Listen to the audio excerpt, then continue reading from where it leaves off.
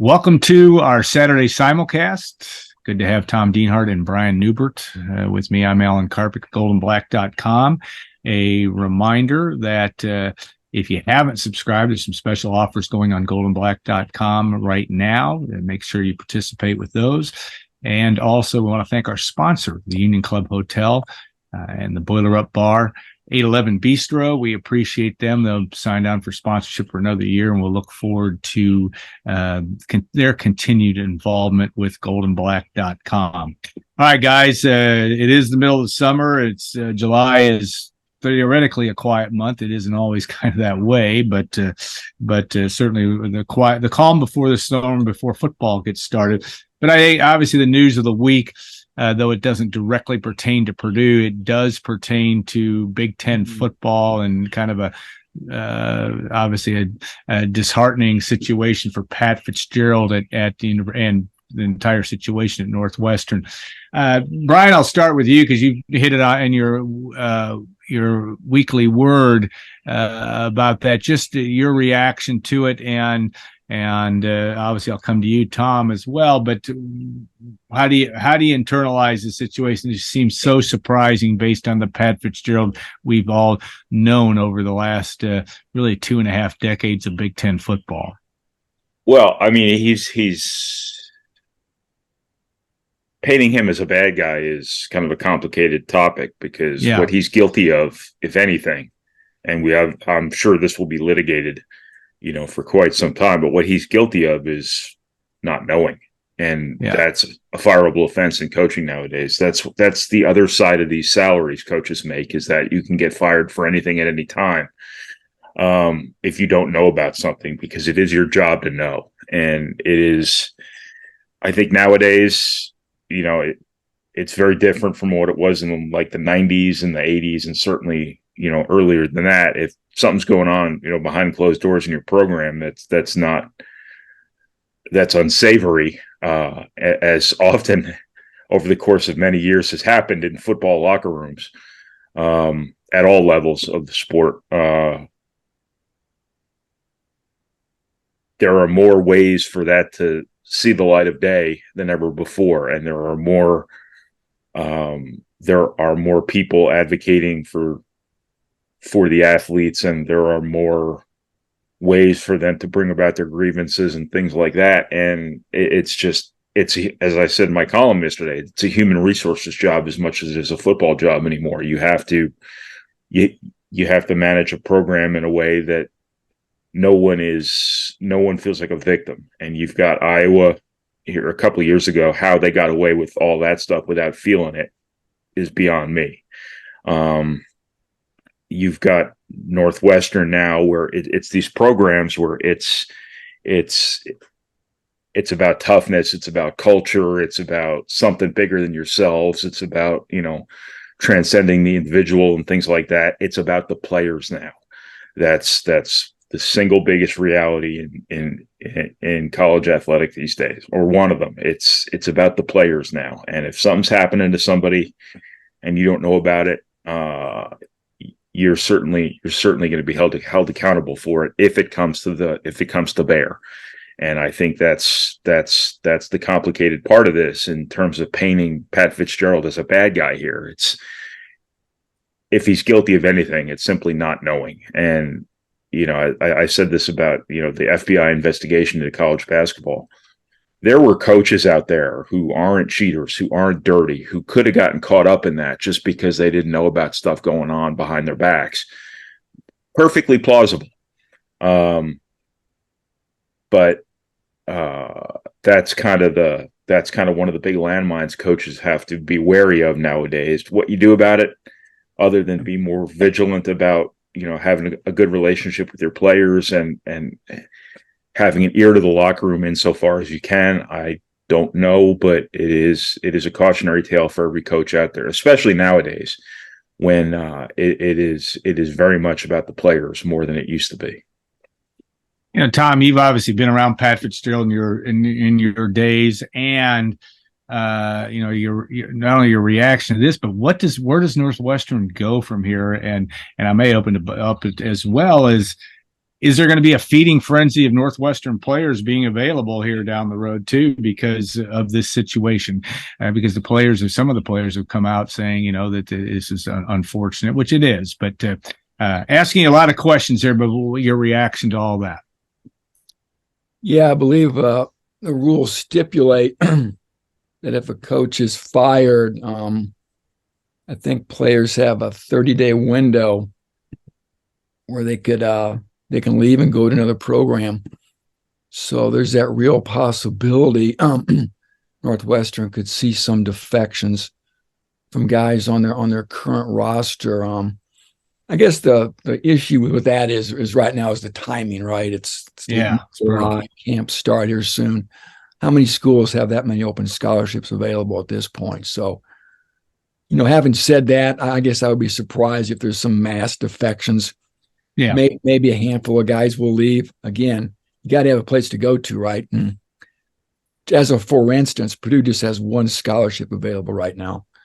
I imagine they're probably in a pretty similar boat as everybody else. So, but that's certainly on the radar. And then I think a bigger worry for Northwestern are your class of 2024 commits. I think Northwestern's lost 4 of those already. So that's where they could probably see their greatest attrition, I think, or fallout personnel-wise from what's transpired here the last couple of weeks. And we'll see. Maybe Purdue gets involved with a guy or two. Stay tuned, right? And yeah, where's the program go? My goodness. Yeah, everybody's got those questions. We've already seen some short list of possible candidates.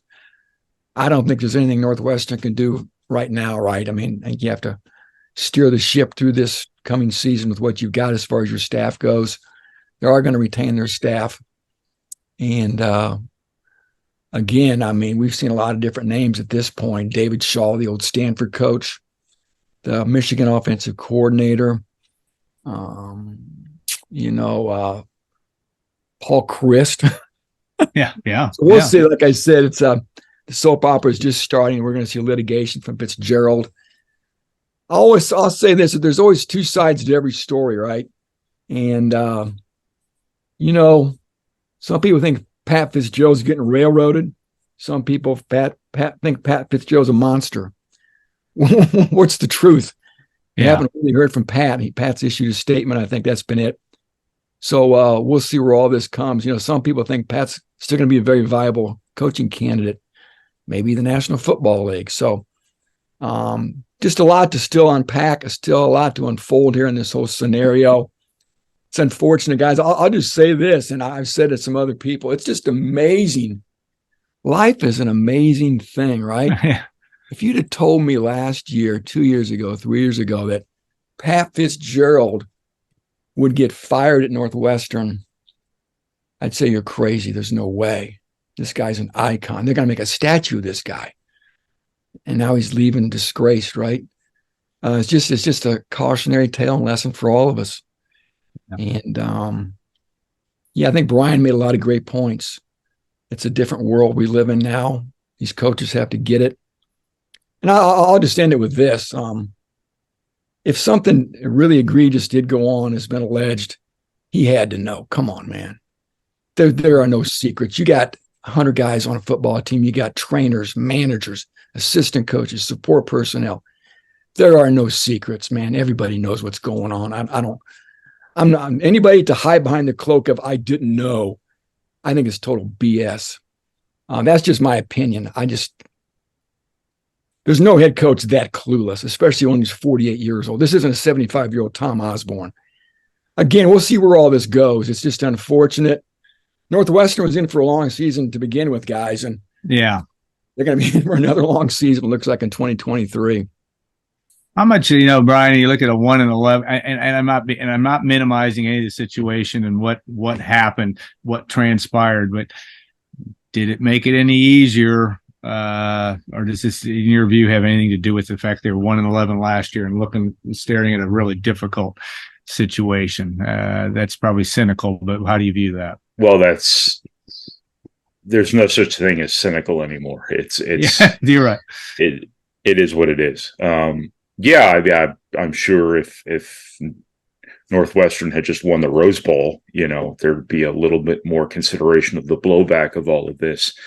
That said, I think Northwestern's a little bit of a different bird. I don't know how much sports really matters there in terms of this, especially in terms of this sort of stuff. How much they've had to deal with in the past, I don't know. But the thing about Fitzgerald was he did an unbelievable job there. I mean,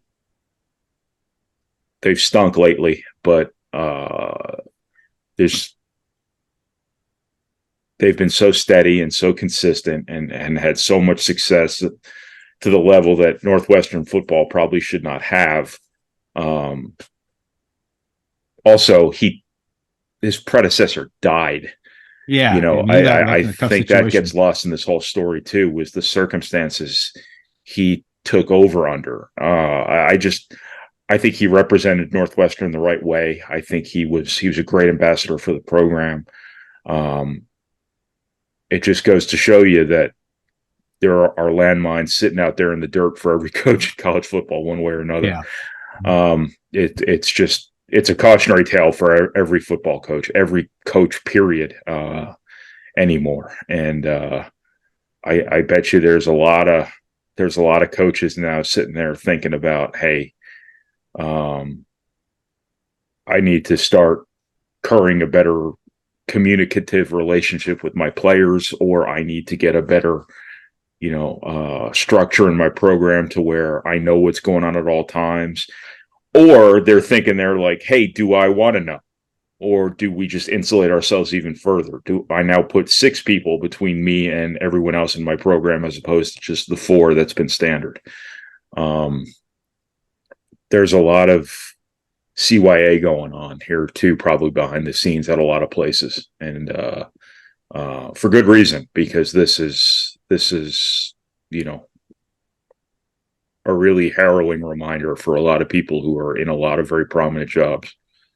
Yeah, I had an opportunity yesterday to talk to a Purdue official that's pretty high up, and they are taking the tact of, and again, this is Purdue, this isn't anybody else, but they actually read and make sure the trustees know of any claims against the university at any point in time, so that so at least it's out in the open, so that they can at least claim that they were made aware of these types of things. Now, that may not have tied into this deal, but you're right. It is you got to know in some fashion, and you're going to be held responsible. That is the clearest of things. No more cover your rear and stuff.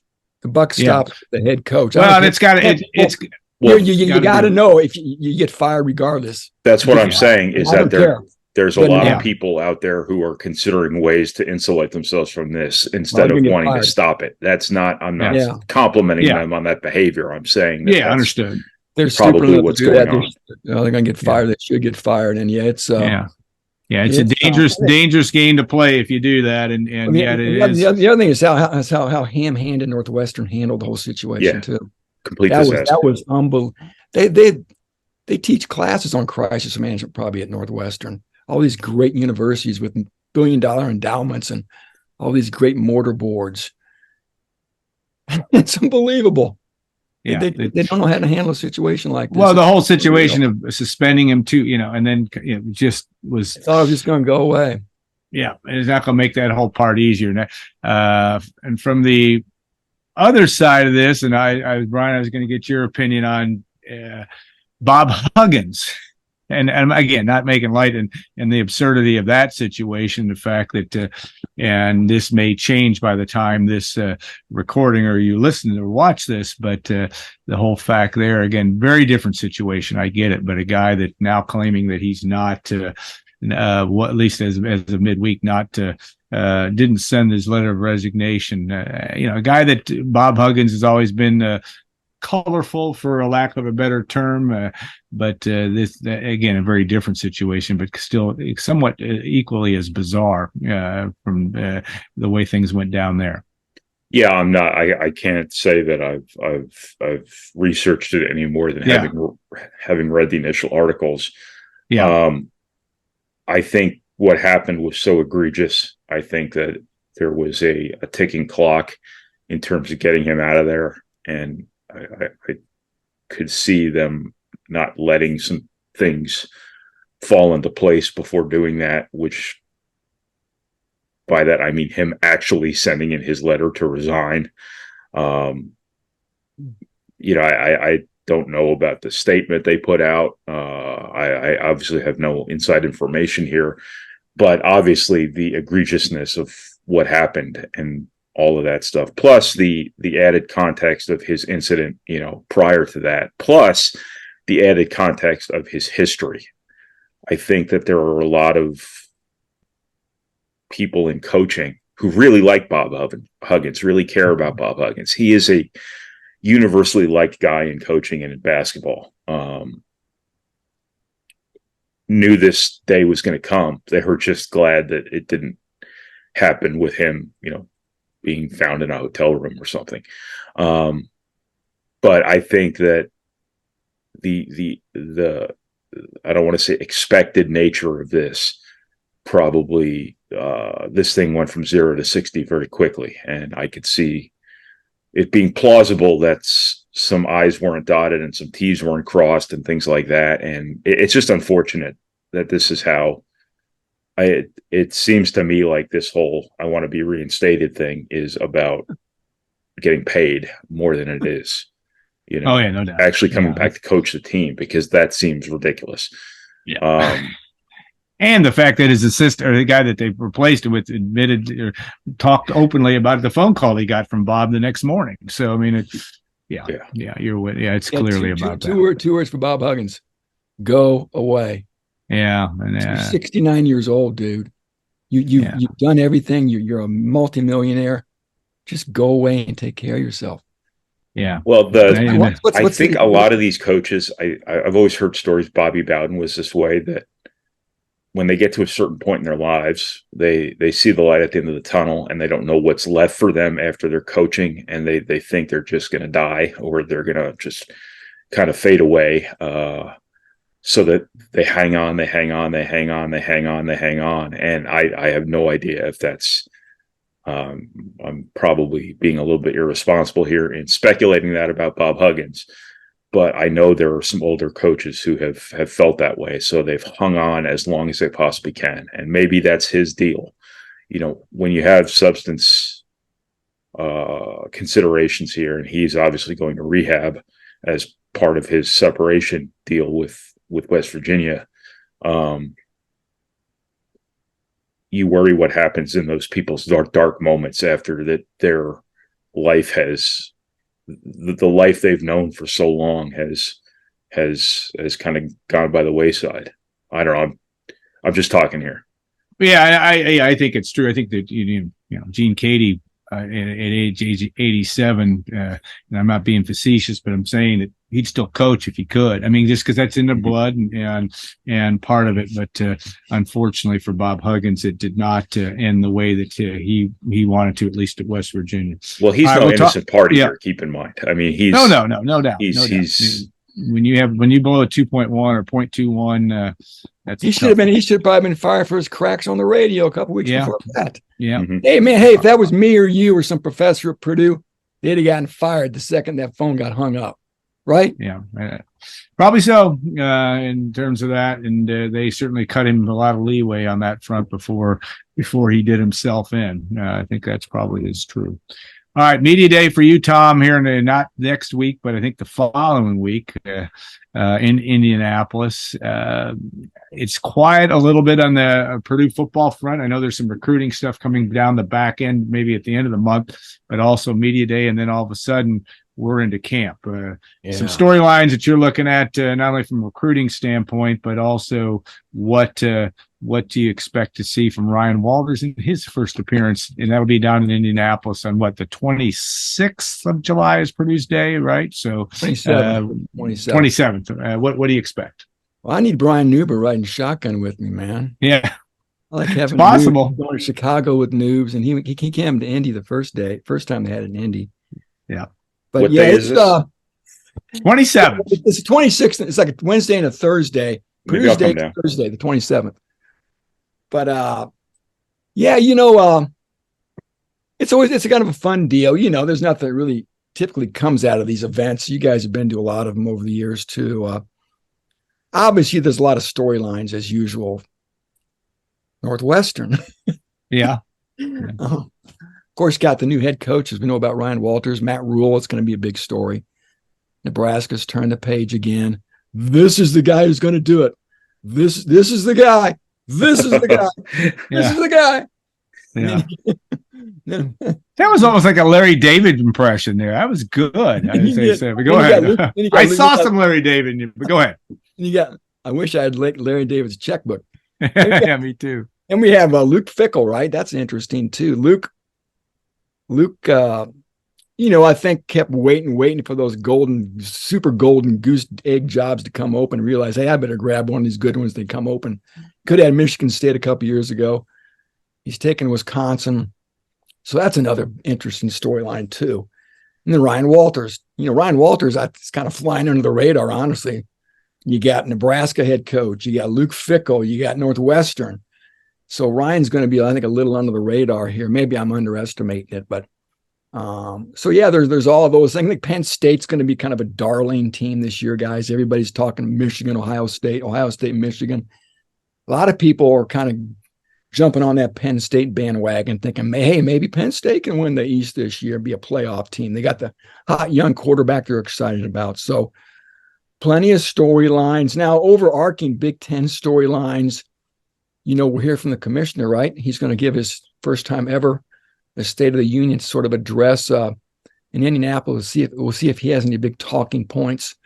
We'll see if anything else bubbles up. But yeah, Purdue goes on the 27th.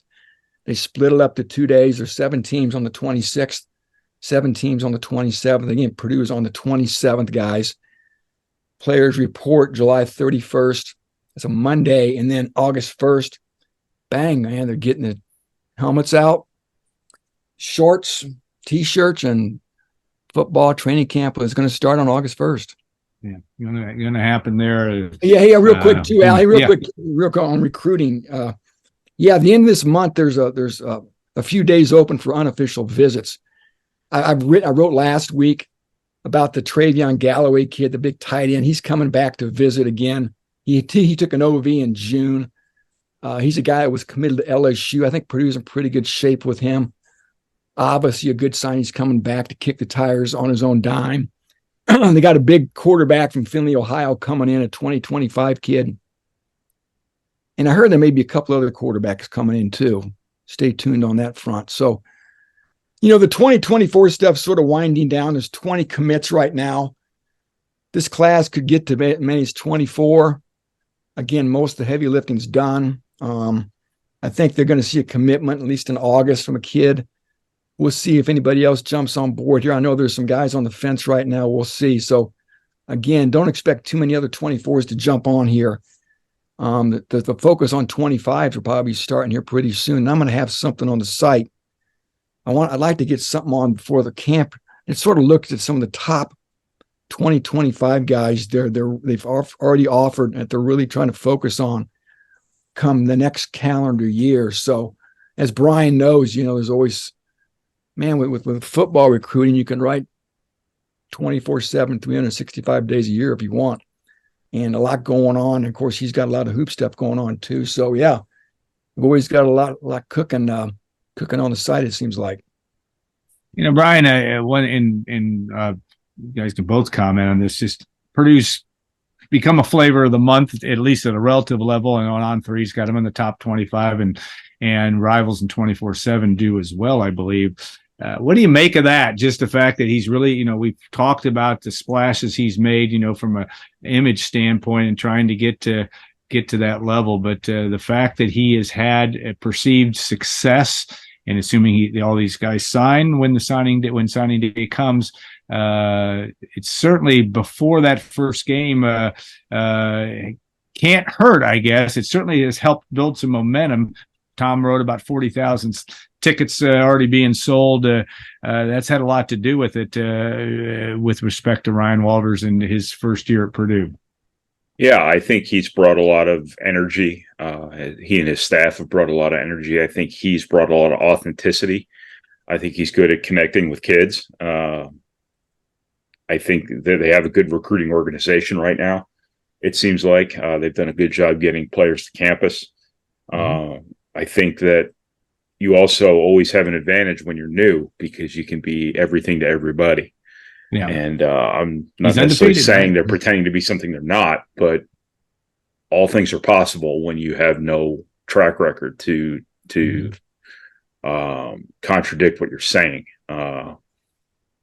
So I think that that's always an advantage for a new staff, but I think he's kind of built for this. I mean, if you have a young and energetic staff and they're bad at recruiting, you have a real problem because that should be a strength. And I think he strikes me from afar, and I haven't covered the guy at all. But he strikes me as very, what you see is what you get. And I think there's so much BS out there now in this whole game that I think that probably resonates with kids and to a lesser extent their families. I think he's just kind of being himself and not apologizing for it, and kids think that's cool. It's the same reason.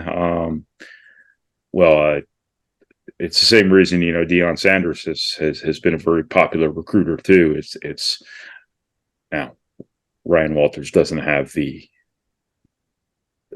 NFL Hall of Fame resume. He does not have the celebrity that Deion Sanders has. So that's actually a terrible comparison.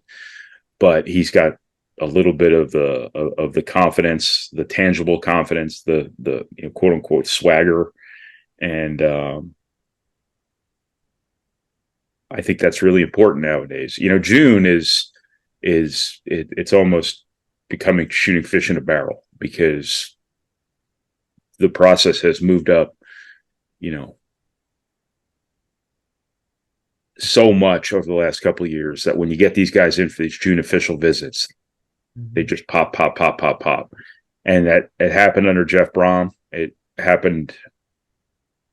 didn't so much happen under, previous staffs because the official visit calendar was different. Changed, yeah. But now you have to, it's not all that uncommon for you to get all these commitments in the sort of breakneck pace that Purdue's gotten them. It's almost become the game now because June is the new December, or June is the new December and January. Now the deal is hanging on to them for one thing, but also living up to your promises that you might have made to these guys getting to commit. But also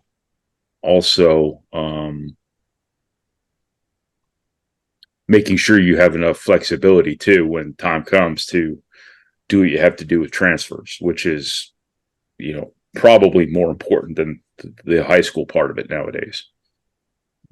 Tom, you've obviously covered this closely, and that swagger is evident. We've talked about that in terms of what they're trying to do, but Ryan Walters doesn't seem to be a guy, like he said, he's not totally in your face, but he is, that confidence does seem to ring, and his staff is really focused on this. And that, as Brian said, seems to be paying big dividends, at least from the get-go.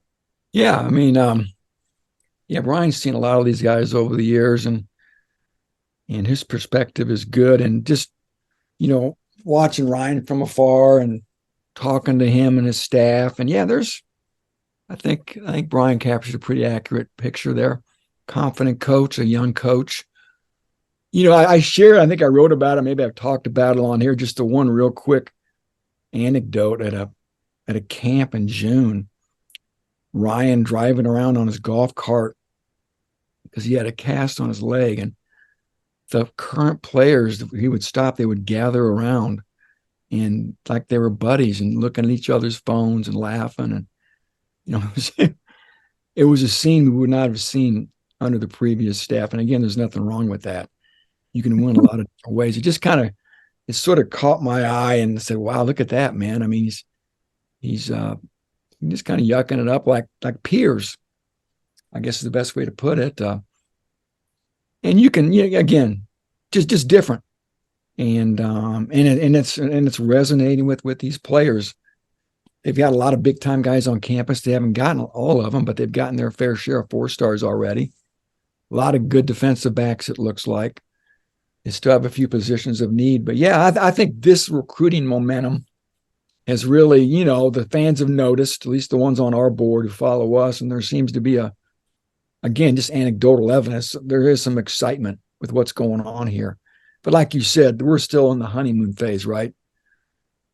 Yeah. The wife is still beautiful and sexy. Yeah. I shouldn't say that, but but just September 2nd, guys, Ross-Ade Stadium, 12 noon Eastern time. Be there. We'll see Fresno State. That's again, it's not to get off on a schedule dissection here, but the month of September, you got 5 games, 4 of them are at home. That's all I'm going to say. You got 4 games out of 5 in September at home. 1 road game's at Virginia Tech. That's you can't. Can I say September's a make or break month? I don't know. Maybe that's well, at least in year one, it is. It's a big month. You got to be 3-2. You got to be 3-2.